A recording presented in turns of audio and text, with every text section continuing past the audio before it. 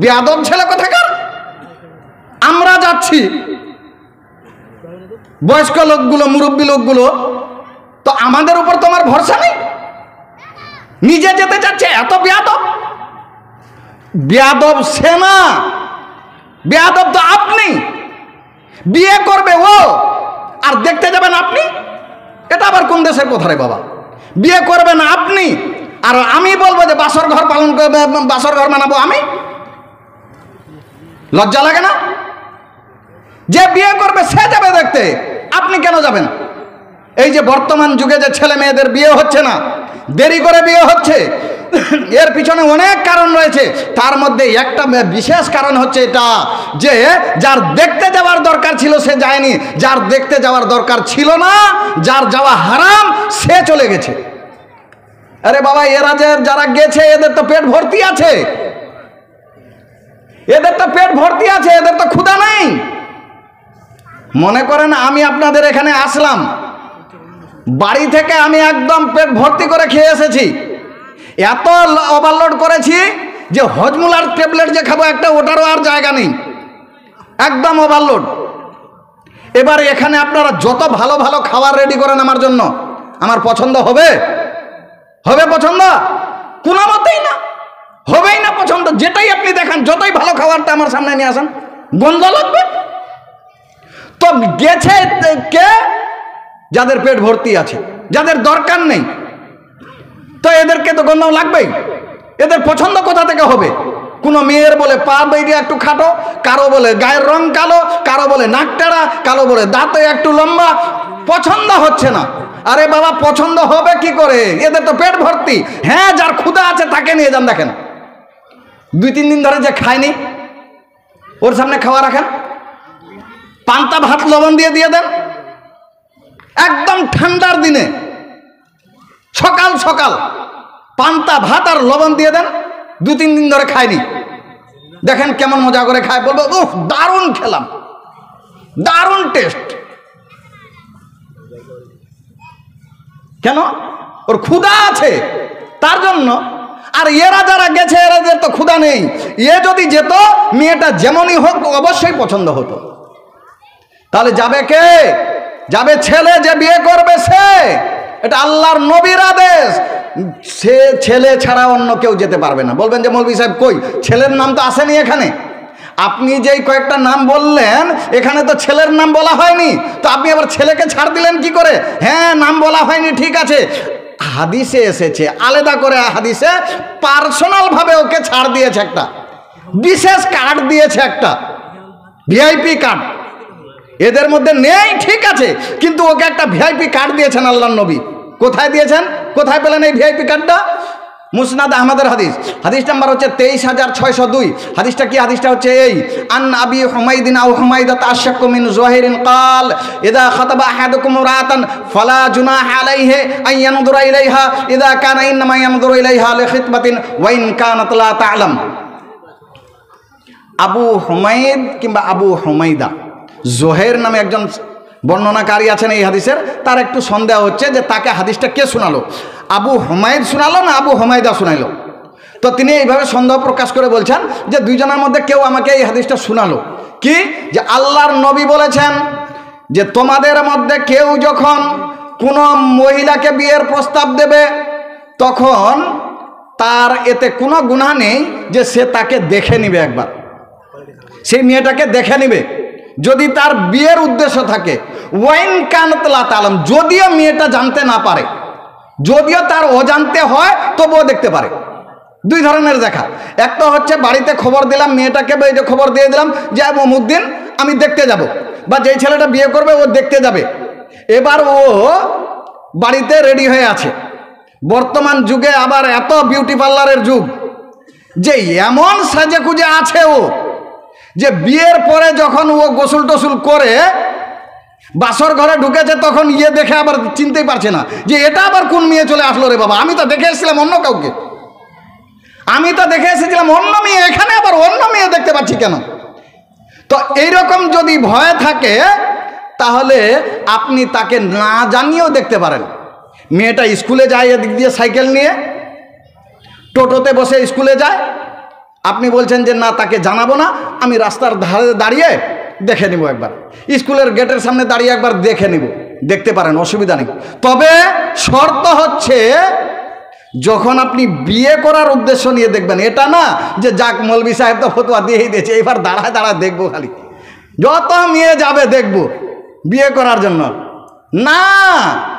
মৌলভী সাহেবের ফতোয়া যাই হোক, আল্লাহ আপনার মন জানে, আপনি মনে মনে কি চিন্তা করেছেন আল্লাহ খুব ভালো জানে। তো সত্যি যদি আপনি ওই মেয়েটাকে বিয়ে করার ইচ্ছা থাকে আপনার, তাহলে আপনি তাকে জানিয়েই হোক আর না জানিয়েই হোক, তার বাড়িতে গিয়েই হোক বা রাস্তাঘাটেই হোক, আপনি দেখতে পারেন। আল্লাহর নবী আপনাকে বিশেষভাবে আলাদা করে একটা কার্ড দিয়েছে। বলবেন যে মৌলভী সাহেব যারা দেখতে যাওয়ার ছিল ওদেরকে দেখতে যেতে দিলেন না, আল্লাহ নিষেধ করে দিলেন, তো ছেলেটা দেখতে যাবে, ঠিক আছে, তো ও তো কিছুই জানে না, ও আবার দেখবে কি? দেখবে কি? বুঝতে পারছেন কথাগুলো আমার? বোঝা যাচ্ছে না? ঘুম পাচ্ছে? সবাই ঘুমাচ্ছেন নাকি? না মন খারাপ? মন খারাপ যে শালার মেয়েদের শালার বউ দেখতে যেতাম, নাতির মেয়ে বউ দেখতে যেতাম, ছেলের বউ দেখতে যেতাম, ভাইয়ের বউ দেখতে যেতাম, মৌলভী সাহেব তো সব বন্ধ করে দিল রে বাবা। তো এই মৌলভী সাহেবকে কেন আনলেন? হ্যাঁ, বন্ধ করিনি, আপনাকে জাহান্নাম থেকে বাঁচাতে চাচ্ছি আমি। আপনি যেন জাহান্নামে চলে না যান, তার জন্য আপনাকে আমি এই কথাগুলো বলছি।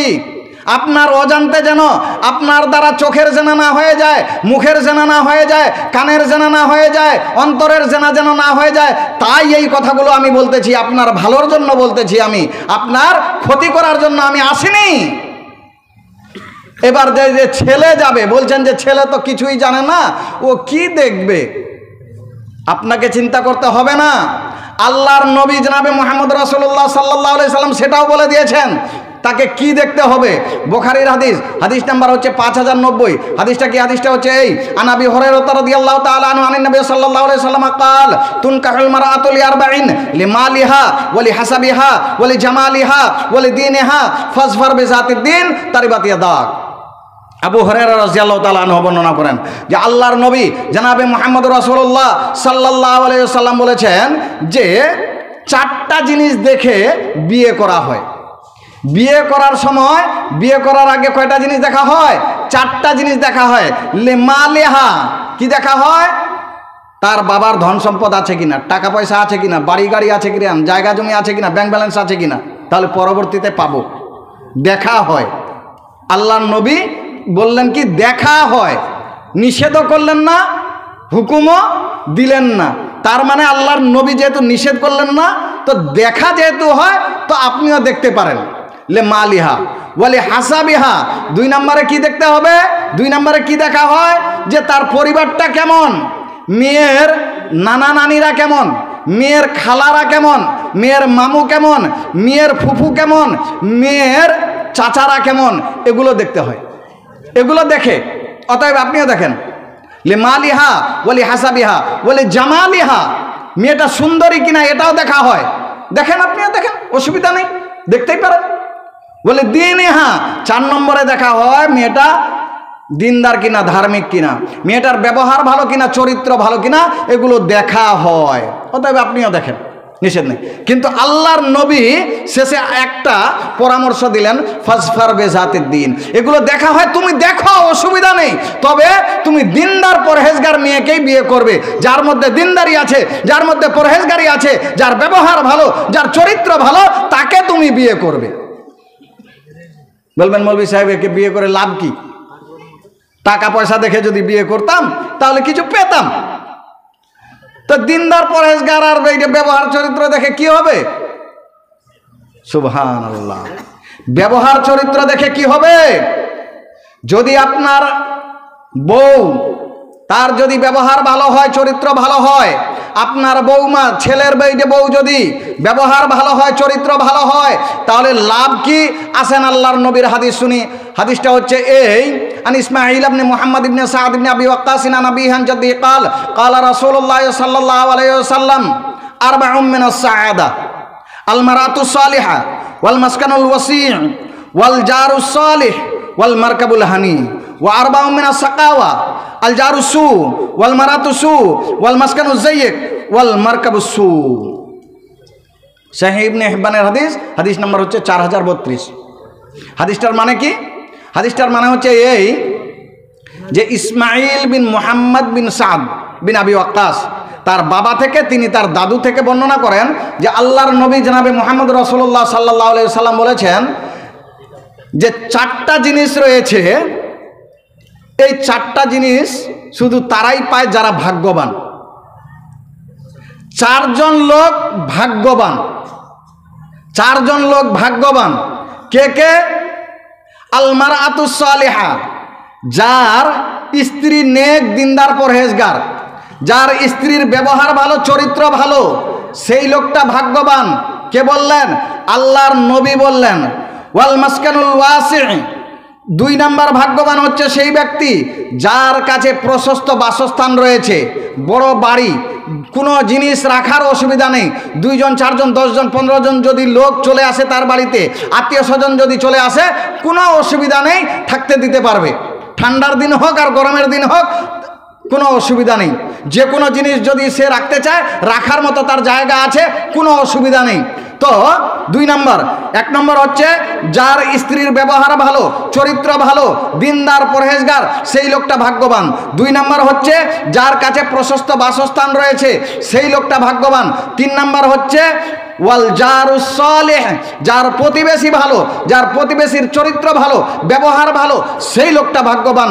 ওয়াল মারকাবুল হানি, আর যার কাছে দ্রুতগামী বাহন রয়েছে, সেই লোকটাও ভাগ্যবান, সেই লোকটাও ভাগ্যবান। রাতের অন্ধকারে, রাত 12টায় 1টায় হঠাৎ করে বাড়িতে কারো স্বাস্থ্য খারাপ হয়ে গেছে, অসুস্থ হয়ে পড়েছে, তাকে তাড়াতাড়ি হসপিটালে নিয়ে যেতে হবে। বাড়িতে 4 চাকা আছে, মোটরসাইকেল আছে, তাড়াতাড়ি উঠালো আর নিয়ে চলে গেল রায়গঞ্জে বা হেমতাবাদে হসপিটালে, কোনো অসুবিধা নেই। এই লোকটাকে আল্লাহর নবী জনাবে মুহাম্মদ রাসূলুল্লাহ সাল্লাল্লাহু আলাইহি সাল্লাম বলেছেন যে এই লোকটাও একটা ভাগ্যবান। আর 4টা লোক হচ্ছে হতভাগা। 4 জন মানুষের ভাগ্য খুবই খারাপ। কে কে? আল জারুসু, যার প্রতিবেশীর ব্যবহার ভালো না, চরিত্র ভালো না, সেই লোকটা হতভাগা, তার ভাগ্যটা ভালো না, ভাগ্য খুব খারাপ। তার বাড়িতে খুব সুখ শান্তি, কোনো কিছুর অভাবও নেই। রাতে ঘুমাচ্ছিল, এসি চালিয়ে দিয়ে ঘুমাচ্ছে, অর্ধেক রাতে, রাত 12টায় 1টায় প্রতিবেশীর বাড়িতে ঝগড়া লেগে গেছে, তারা স্বামী স্ত্রীতে ঝগড়া করতেছে। ঘুম হবে আপনার? আপনার ঘুম হবে? শান্তিতে ঘুমাতে পারবেন? ঘুমাতে পারবেন না। আপনার যতই সুখ শান্তি থাক, কিন্তু প্রতিবেশী আপনাকে সুখে শান্তিতে থাকতে দেবে না। তার জন্য আল্লাহর নবী বলছেন যে সেই লোকটাও হতভাগা, সেই লোকটার ভাগ্য ভালো না, যে নিজের তো সুখে শান্তিতে আছে কিন্তু তার প্রতিবেশী ভালো না, তার প্রতিবেশীর ব্যবহার ভালো না, চরিত্র ভালো না, সেই লোকটার ভাগ্য ভালো না। ওয়াল মারআতুস সু, আর যার স্ত্রী ভালো না, যার স্ত্রীর ব্যবহার ভালো না, চরিত্র ভালো না, সেই লোকটা সুখী হতে পারে না। যতই তার কাছে টাকা পয়সা থাক, ধন দৌলত থাক, জায়গা জমি থাক, স্ত্রী ভালো না, কোনো কিছুর অভাব নেই, কিন্তু স্ত্রী যদি ভালো না হয়, রাতে ঘুম হবে না।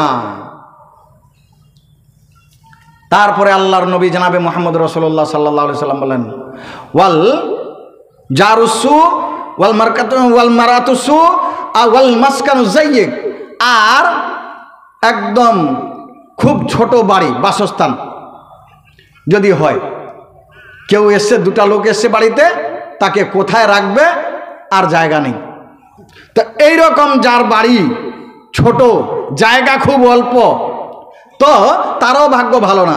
আর 4র্থ নাম্বার হচ্ছে হতভাগা সেই ব্যক্তি যার কাছে ভালো বাহন নেই। রাতের অন্ধকারে বাড়িতে কারো শরীর খারাপ হয়েছে, তাকে হসপিটালে নিয়ে যেতে হবে, হসপিটালে নিয়ে যাওয়ার জন্য গাড়ি বের করলেন, আর বাড়ি থেকে বের হতে হতেই আর গাড়ি স্টার্টে হচ্ছে না, স্টার্ট বন্ধ। বলেন কেমন লাগবে? খুব ভালো লাগবে? ভালো লাগবে? আপনি খুব ভাগ্যবান মনে হবে না। তখন বুঝতে পারবেন যে আপনি কত বড় হতভাগা, আপনার ভাগ্যটা কত খারাপ। দেখা গেল গাড়ি স্টার্ট করতে করতে আপনার স্ত্রীর জীবন চলে গেল।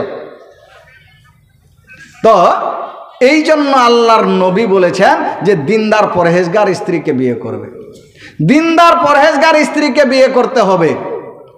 আচ্ছা, দিনদার পরহেজগার স্ত্রীকে বিয়ে করবেন, তো বলবেন যে মৌলভী সাহেব ঠিক আছে, মেয়েটা দিনদার পরহেজগার হবে, তো আমি মেয়ে বিয়ে দিব, তো ছেলেটা কেমন হবে এটাও একটু বলে দেন। মেয়েটা কেমন হবে এটা তো বললেন, কিন্তু ছেলেটা কেমন হওয়া দরকার? আমি একজন যুবতী মেয়ে, আমি বিয়ে করব, তো আমার বর কেমন হবে? কোন ছেলেটাকে আমি বিয়ে করব একটু এই বিষয়ে বলে দেন।